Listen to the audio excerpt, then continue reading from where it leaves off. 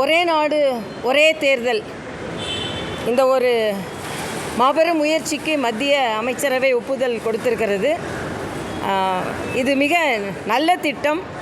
ஏனென்றால் ஒவ்வொரு ஆண்டும் ஏதாவது ஒரு காலத்தில் ஏதாவது ஒரு மாநிலத்தில் தேர்தல் நடந்து கொண்டே இருப்பதனால் மக்களுக்கான திட்டங்கள் கிடைப்பது சிரமமாகிறது மட்டுமல்லாமல் மக்களின் நேரம் வீணாகிறது, மக்களின் வரிப்பணம் வீணாகிறது. அதனால் இது ஒரு நல்ல முயற்சி, மக்களுக்கானது மக்களுக்கு கிடைப்பதற்காக எடுக்கப்படும் ஒரு மிகப்பெரிய முடிவு. இது உடனே சும்மா அப்படியே பொத்தாம்பதுவாக உடனே எடுக்கப்பட்ட முடிவு அல்ல.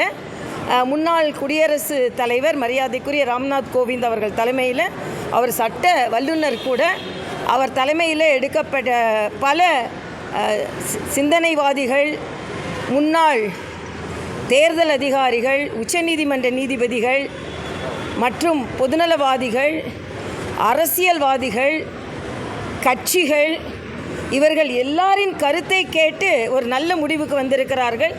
அதனால் ஒரே நாடு ஒரே தேர்தல் வரவேற்கத்தக்கது. இரண்டாவது, தமிழகத்தை பொறுத்த மட்டில் தமிழகத்தில் முதலமைச்சர் அவர்கள் வெளிநாடுகளுக்கு சென்று முதலீடுகளை ஈட்டி வருகிறேன் என்று சொல்கிறார்கள். ஆனால் சாம்சங் தொழிலாளர்கள் 10 நாட்களாக வேலை நிறுத்தத்தில் ஈடுபட்டிருக்கிறார்கள். மூடிய ஃபோர்டு கம்பெனியை கொண்டு வருவேன்னு சொல்கிறாரு. ஆனால் இந்த வேலை நிறுத்தத்திற்கு பின்னால் கம்யூனிஸ்டுகள் இருக்கிறார்கள் என்ற ஒரு தகவலும் வெளியே சொல்லப்பட்டிருக்கிறது. ஆக கமிஷன், கரப்ஷன், கலெக்ஷன், கம்யூனிஸ்டுகள் இருக்கும் வரை எந்த நிறுவனமும் எந்த தொழிற்சாலையும் இவர்கள் சரியாக நடத்த முடியாது. ஆக சாம்சங் தொழிலாளர்களுக்கு நீதி வழங்குவதற்கு உடனே முயற்சி மேற்கொள்ள வேண்டும். எல்லாவற்றோடு எனக்கு வியப்பாக இருக்கிறது என்னென்னா, சகோதரர் அன்பில் மகேஷ் எங்கள் ஏரியாவுக்கு வந்துட்டேன், எங்கள் ஏரியாவுக்கு வந்தவரை நான் சும்மா விடமாட்டேன் அப்படின்னு சொன்னாங்க. இப்போ அவங்க ஏரியாவிலேருந்து முட்டை வெளி கடையில் விற்கப்படுது. அரசு குழந்தைகளுக்கு கொடுக்கப்பட வேண்டிய முட்டைகள் வெளி கடைகளில் விற்கப்படுகிறது என்ற செய்தி வந்திருக்கிறது. ஆக உங்கள் ஏரியா முட்டையை எடுத்துகிட்டு போனவரை இப்போ என்ன செய்ய போகிறீங்க? உடனே மகாவிஷ்ணுவை கைது செய்த மாதிரி இந்த முட்டையை எடுத்துகிட்டு போனவங்களை என்ன செய்ய போகிறீங்க? ஆக அப்பட்டமாக பள்ளி கல்வித்துறையில் பல முறைகேடுகள் நடைபெற்று கொண்டிருக்கிறது. இதையெல்லாம் விட்டுவிட்டு வேண்டாத சில விஷயத்தில் அவர்கள் கவனம் செலுத்தி கொண்டிருக்கிறார்கள் என்பதுதான் எனது கருத்து. அதே மாதிரி அண்ணன் திருமா அவர்கள் மறுபடியும் அவர் கூட்டணியில் ஏதோ ஒரு பிரச்சனைக்காகத்தான் இந்த மாநாடை நடத்துகிறார். அந்த மாநாடு கூட்டணியில் இருக்கிறாரா இல்லையா என்பதை விரிவுபடுத்துவதற்கா இல்லதை விரிசல் படுத்துவதற்கா என்பதுதான் இன்று பல பேரின் கேள்வியாக இருக்கிறது. ஒரே நாடு ஒரே தேர்தல் வரவேற்கக்கூடியதாக சொல்லியிருக்கீங்க. ஆனால் ஜம்மு காஷ்மீரில் 10 ஆண்டுக்கு பிறகு தேர்தல் நடக்குது. ஒரு மாநிலம் பிரிக்கப்பட்டு ஆனதுக்கப்புறம் தேர்தல் ஒரே கட்டமாக நடத்த முடியாத கட்டமைப்பு நிலையில் ஒரு நாடு முழுவதும் ஒரே தேர்தல், ஒரே நாடு ஒரே தேர்தல் சாத்தியம் இல்லை. நம்ம ஜம்மு காஷ்மீரை எப்போவுமே விதிகளாக எடுத்துக்க கொள்ளக்கூடாது. இன்றைக்கி ஒரே நாடு ஒரே தேர்தல் நிச்சயமாக சாத்தியம் என்பதற்காகத்தான் இன்றைக்கி பார்த்திங்கன்னா பாராளுமன்றம், சட்டமன்றம், அதற்கப்புறம் உள்ளாட்சி. நீங்கள் இதை மேற்கோள் காட்டி இதை நீங்கள் மேம்படுத்தி நாம் இதை நடைமுறைப்படுத்தவில்லை என்றால் ஏதாவது ஒரு காலத்தில் தேர்தல் நடந்து கொண்டே இருக்கும். மக்களுக்கான திட்டங்கள் நடைமுறைப்படுத்துவதில் தாமதம் ஏற்படும்.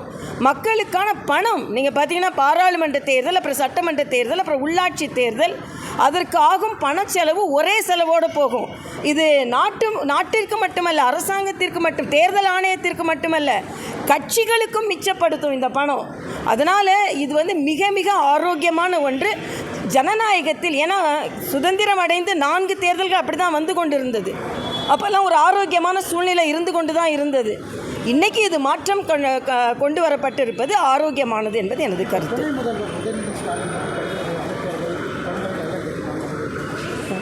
அதாவது திடீர்னு ஒரு வதந்தி, தம்பி உதயநிதி அவர்கள் திடீர்னு இன்றைக்கி துணை முதலமைச்சராக பதவி ஏற்றுருவார், முதலமைச்சர் அவர்கள் அறிவாலயத்துக்கு வந்துட்டாங்க, எல்லா அமைச்சர்களும் வந்துட்டாங்க அப்படின்னு என்ற பல பத்திரிகை சகோதரர்கள் கூட கேட்டாங்கன்னா எனக்கு ஒரு சந்தேகம், நிச்சயமாக இன்றைக்கி இருக்காது அப்படின்னு. ஏன்னா அவங்க பகுத்தறிவாதிகள். பாட்டிமா அன்னைக்கு அவங்க நிச்சயமாக பதவி ஏற்ப வச்சிருக்கவே மாட்டாங்க.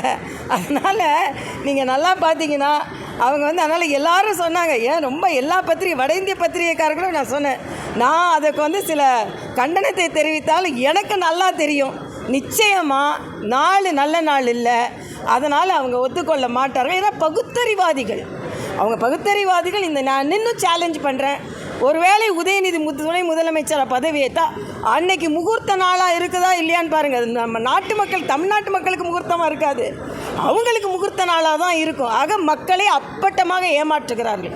இன்னொன்று, எல்லாவற்றையும் விட கவலைப்பட வேண்டியது அண்ணன் துரைமுருகன் தான். ஆனால் அவரையே வைத்து துணை முதலமைச்சராக வரணும்னு சொல்ல வச்சாச்சு. அண்ணன் பழனி மாதிக்கத்துக்கு விருது கொடுத்து ஆக இன்னொரு விருதை வாங்குற மாதிரி.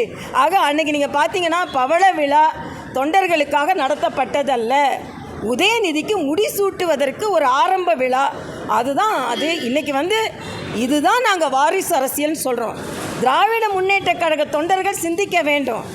அண்ணாதுரை, நீங்கள் எப்படி நாவலர் நெடுஞ்செழியனை சுட்டி காண்பித்து விட்டு மரியாதைக்குரிய கலைஞர் அவர்கள் அந்த நிலையை எடுத்தாரோ, அதாவது அவங்க சொல்கிறாங்க, அண்ணன் ஸ்டாலின் பேசும்போது சொல்கிறாரு, 25வது வருஷம் ஆட்சி நாம் கொண்டாடும் பொழுது நம்ம ஆட்சியில் இருந்தோம், 50வது வருஷம் கொண்டாடும் போது நம்ம ஆட்சியில் இருந்தோம், 75வது வருஷம் கொண்டாடும் போது ஆட்சியில் இருந்தோம், 25வது வருஷம் ஆட்சியில் நடக்கும்போதும் கலைஞர், அப்புறம் 50வது வருஷம் ஆட்சி அவங்க பவள விழா பொன் விழா கொண்டாடும் போதும் கலைஞர், 75வது விழா பவள விழா கொண்டாடும் போது ஸ்டாலின், 100வது விழா கொண்டாடும் போது உதயநிதி, அப்புறம் 125வது விழா கொண்டாடும் போது உதயநிதியின் மகன். பாவம் திராவிட முன்னேற்ற கழகத்தின் தொண்டர்கள் உழைத்து கொண்டே இருக்க வேண்டும், கலைஞர் குடும்பம் பிழைத்து கொண்டே இருக்கும். இதுதான் இது மது ஒழிப்பு மாநாடு. நான் ஏற்கனவே சொல்லிட்டேன், சிறுத்தையாக ஆரம்பித்து சிறுத்து போயிட்டாரு. ஆக இன்றைக்கி வந்து திருமா அவர்களுக்கு இது உங்களுக்கு பெருமா என்பதுதான் எனது கேள்வி. ஏன்னா உங்களுக்கு வந்து இன்றைக்கி உங்கள் கூட்டணி கட்சிகளை இன்றைக்கி உங்கள் மேலே ஒரு நம்பிக்கையை இழந்து கொண்டு இருக்கிறார்கள். அதனால் இந்த நாடகம் இன்னும் கொஞ்ச நாள் கழுதை தேஞ்சு கட்டெரும்பு ஆன மாதிரி இந்த மாநாடு ஆரம்பத்தில் இருந்த ஜோறு இப்போ அப்படியே குறைஞ்சு அக்டோபர் 2 இவங்க மாநாடு எப்படி நடக்கும் என்பது எனக்கு மிகப்பெரிய கேள்விக்குறியாக இருக்குது. இந்த மாநாடு எதிர்பார்க்குறீங்களாமா? அதனால அது நடக்காதனால நீங்கள் அதிருப்தியில் பேசுகிறோம் வந்து திரும்ப நேற்று சொல்லியிருக்கேன். நான் என்ன எதிர்பார்க்கிறேன்? நான் ஒன்றும் எதிர்பார்க்கல. திருமா எதிர்பார்த்தது நடக்கலைன்றதான். தமிழிசை எதிர்பார்த்தது நடக்கல, திருமா எதிர்பார்த்தது நடக்கலை. திருமா எதிர்பார்த்த திருப்பம் நடக்கவில்லை என்பது தான். ஏன்னா ஒரு மிரட்டலோட ஸ்டாலினை பார்க்க போனார், முதல்வர் ஸ்டாலினை பார்க்க போனார். அதுக்கப்புறம் முதல்வர் ஸ்டாலினை பார்த்துவிட்டு மிரண்டு வந்து வெளியே வந்தார். ஆக மிரட்ட சென்றவர் மிரண்டு வெளியே வந்தார், அவ்வளவுதான். ஆக அவர் எதிர்பார்த்தது நடக்கவில்லையே தவிர பாவம் அவர் எதிர்பார்த்தது நடக்கலைன்னு எப்படி சொல்லுவார்? அதனால தமிழிசை எதிர்பார்த்தது நடக்கலை அப்படின்னு சொல்கிறார். அப்புறமா பாஜகவுடைய செயல்பாடு தமிழ்நாட்டில் எப்படி இருக்குது? ஏன்னா அவர் போனதுக்கப்புறமா பெருசாக ஒரு டெய்லி அந்த கைப்பற்றி கொஞ்சம் கம்மியாக இருக்கிற மாதிரி சொல்கிறாங்க. தினம் மரியாதைக்குரிய அண்ணன் எச் ராஜா அவர்கள் தலைமையில் இன்றைக்கி கூட நான் இங்கே வந்திருக்கேன். தமிழ்நாடு முழுவதும் நாங்கள் வந்து உறுப்பினர் சேர்க்கையில் ஈடுபட்டு இருக்கிறோம். அதனால் உறுப்பினர் சேர்க்கை தான் எங்களோட பிரதான முயற்சியாக இருக்குது. அதனால தான் மிகப்பெரிய நிகழ்ச்சிகள்லாம் மிகப்பெரிய நிகழ்ச்சிகள் நடத்த வேண்டாம் என்றும் எங்களுக்கு கோரிக்கை வைக்கப்பட்டிருக்கிறது, கட்டளை இடப்பட்டு இருக்கிறது. அதனால் சேவை நிகழ்ச்சி, அதற்கு பின்பு உறுப்பினர் சேர்க்கை. அது உறுப்பினர் சேர்க்கை சிறப்பாக நடைபெற்று வருகிறது. இல்லை, நான் அதுக்கு பதில் இல்லை, அது வந்து நீங்கள் வேணும்னா இப்படிப்பட்ட கேள்விகள் கேட்க வேண்டாம். கட்சி அவர் படிக்க போயிருக்கிறார். அவர் போயிருக்கின்ற நேரத்தில் கட்சி ஒரு குழு அமைக்கப்பட்டிருக்கிறது. அந்த குழு கூட கோர் கமிட்டி கூட சேர்ந்து திருச்சியில் என்ன திட்டமிட்டோம் பணியாற்றி கொண்டிருக்கிறோம். இல்லை, பாரதிய ஜனதா கட்சி எப்பொழுதும் போல பணியாற்றி கொண்டிருக்கிறது. தலைவர் படிச்சுட்டு வரட்டும், அது வரைக்கும் இப்போ இங்கே உள்ள எல்லாம் பணியாற்றி கொண்டிருக்கிறோம் என்பது. கமலஹாசனும் அமெரிக்காவில் ஏஐ படிக்க போயிருக்காரு. சரி, கமலஹாசன் வந்து அரசியலுக்கு வரும்போது பார்ட் டைமாக வராது அப்படின்னு சொல்லி பாஜக. சரி, இப்போ அண்ணாமலை வந்து இந்த மாதிரி பார்ட் டைமாக பண்ணுறது நீங்கள் எப்படி பார்க்குறீங்க? இல்லை, பார்ட் டைம் இல்லை, அவர் ஃபுல் டைமாக தானே பணியாற்றி கொண்டு இருந்தார். ஃபுல் டைமாக பணியாற்றி கொண்டு இருந்தவர் இன்றைக்கி படிக்க போயிருக்கிறார், அவ்வளவுதான். 3 மாதம் படிச்சுட்டு வரட்டும். அதுக்குள்ளே இப்போ என்னப்பா பிரச்சனை? உங்களுக்கு பிரச்சனை இல்லாமல் இருக்குதுன்னா இப்போ உங்களுக்குலாம் பிரச்சனை, ஏதாவது பிரச்சனை. பிஜேபியில் பிரச்சனை இல்லாமல் இருக்குது, அது பிரச்சனை உண்டாக்கலன்னு. பிரச்சனை இல்லையே, ஒரு பிரச்சனை இல்லையே. என்னப்பா? அண்ணாமலை இருக்கும்போது பிரச்சனைகள் இல்லை அப்படிலாம் ஒன்றும் சொல்லலை, நீங்களாம் ஏதாவது பிரச்சனை உண்டாக்காதுங்க. பாஜகவில் என்ன பிரச்சனை இருக்குது? ஒரு பிரச்சனை இல்லை. ஆக மண்டலத்தில் எண்ணிக்கப்பட்டிருக்காரு, வீடியோ வெளியிட்டு நாங்கள் இல்லை அப்படின்னு சொல்கிறாங்க. இல்லை அது உட்கட்சி இல்லை அது உட்கட்சி ரீதியாக பல திட்டங்கள் இருக்கலாம், அதுக்கு நான் பதில் சொல்ல விரும்பலை. ஒட்டுமொத்தமாக நல்ல நிகழ்ச்சி நடக்குது. இப்போ நீங்கள் வேறு பிரச்சனை எதுவும் பிரச்சனை உண்டாக்கி விட்ற போகிறீங்க. அதனால் ஒரே ஒரு விஷயம், இந்த ஜிஎஸ்டி பற்றி ஒரு தவறான கருத்து நிலவுகிறது. இதற்கு முன்னால் வேட்டுக்கு மேலே ஒரு எக்ஸைஸ் டியூட்டி, அந்த எக்ஸைஸ் டியூட்டிக்கு மேலே வேட்டு, இதெல்லாம் பார்த்தா டேக்ஸுக்கு டேக்ஸ் போட்டு இதே பண்ணுக்கு வந்து 12% கட்டி கொண்டிருந்தாங்க. அப்புறம் அது 5% ஆச்சு. ஆக அதிகப்படியான வரியை குறைத்திருக்கிறது ஜிஎஸ்டி என்பதை நாட்டு மக்களுக்கு எடுத்து சொல்கிறோம். அதைத்தான் நாங்கள் எடுத்து சொல்ல விரும்புகிறோம். அதனால் நீங்கள் சந்தோஷம் தம்பிங்களா, போதும் போறாரு அப்படின்னு சொல்லியிருந்தீங்க. நடிகை விஜய் தவறான பாதைன்னு சொல்லலை, அவர் வந்து ஒரு பொதுவான பாதையில் போனால் நல்லா இருக்கும் அப்படின்றது தான். ஒத்தை சாயம் பூசிக்கொண்டு அதில் போக ஆரம்பித்திருக்கிறார் என்பது எனது கருத்து.